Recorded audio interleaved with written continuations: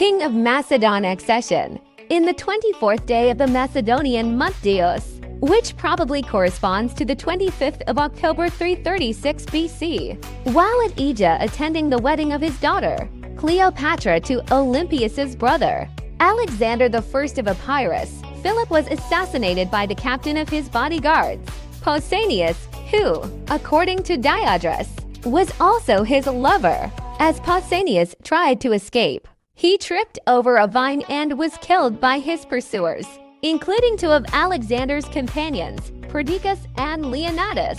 Alexander was proclaimed king on the spot by the nobles and army at the age of 20. Consolidation of power. Alexander began his reign by eliminating potential rivals to the throne.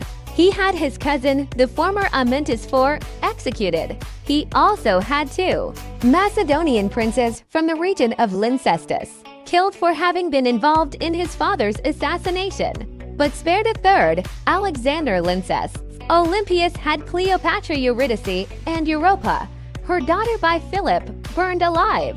When Alexander learned about this, he was furious.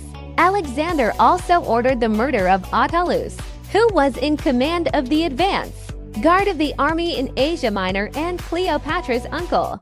Attalus was at that time corresponding with Demosthenes regarding the possibility of defecting to Athens.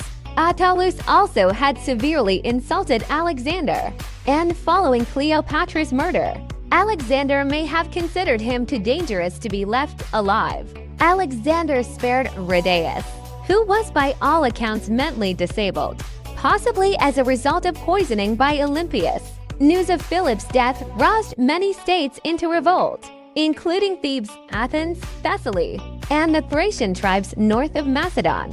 When news of the revolts reached Alexander, he responded quickly, though advised to use diplomacy.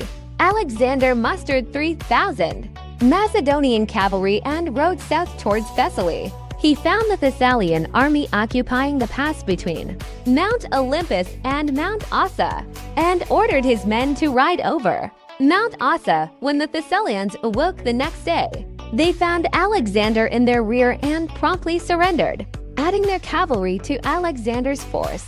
He then continued south towards the Peloponnese. Alexander stopped at Thermopylae, where he was recognized as the leader of the Amphictyonic League before heading south to Corinth. Athens sued for peace and Alexander pardoned the rebels. The famous encounter between Alexander and Diogenes the Cynic occurred during Alexander's stay in Corinth. When Alexander asked Diogenes what he could do for him, the philosopher disdainfully asked Alexander to stand a little to the side, as he was blocking the sunlight. This reply apparently delighted Alexander, who is reported to have said, "But verily, if I were not Alexander, I would like to be Diogenes." At Corinth, Alexander took the title of Hegemon leader and, like Philip, was appointed commander for the coming war against Persia. He also received news of a Thracian uprising